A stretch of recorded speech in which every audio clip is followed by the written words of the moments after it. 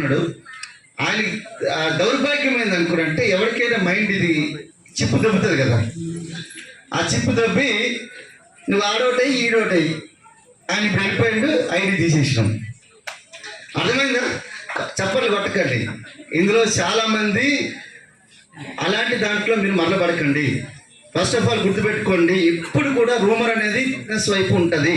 మీకు క్లారిటీ గుర్తుపెట్టుకోండి. మీ వీధిలో ఉన్న కిరాణా షాప్ ఓనర్ని ఎవరు తిట్టుకోడా? ఎవరు తిట్టడా? మనల్ని మోసం చేస్తున్నాడు. ఈ కొలత కొలిసేటప్పుడు లేకపోతే కేజీ ఇచ్చేటప్పుడు ఏదో మోసం చేస్తాను అంటారా లేదా?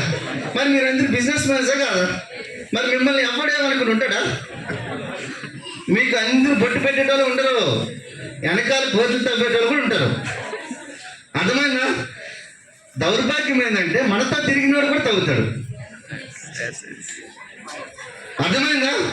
మనతో పాటు తిరిగేటోడు తవ్వుతాడు. వాటిని కూడా మీరు హ్యాండిల్ చేయాలి. అర్థమవుతుందా? బురద ఎవడో చల్లడు. మన చుట్టూ ఉన్నాడు, మనతో పాటు తిరిగేటోడు కూడా చల్లుతాడు.